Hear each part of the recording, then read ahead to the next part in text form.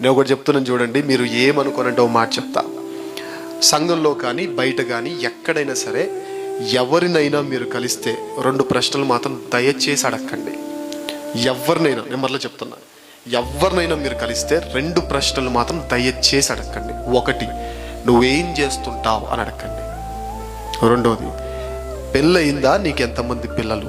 ఈ 2టికి చాలా దూరంగా ఉండండి. నేను మరలా చెప్తున్నా, నువ్వు ఏ జాబ్ చేస్తున్నావు అనే ప్రశ్న ఒకటి, నీకు పెళ్ళయిందా, నీకు ఎంతమంది పిల్లలు అనే ప్రశ్న ఒకటి దయచేసి ఏ ఒక్కరిని అడిగే సాహసం చేయకండి. ఎందుకు ఈ మాట చెప్తున్నా అంటే, ఈ మధ్య కాలంలో మన దరిద్రానికి ఎంత చదివినా జాబ్స్ వచ్చే అవకాశాలు మన దేశంలో లేవు.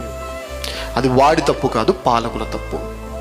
అండ్ ఇంకోటి, మన దరిద్రానికి మనం ఎంత తిన్నా, ఎంత హెల్దీగా ఉండాలని చూసినా అంత కల్తీ ఫుడ్ వల్ల పాపం సిస్టర్సో బ్రదర్సో ఈ ఫోన్ల వల్ల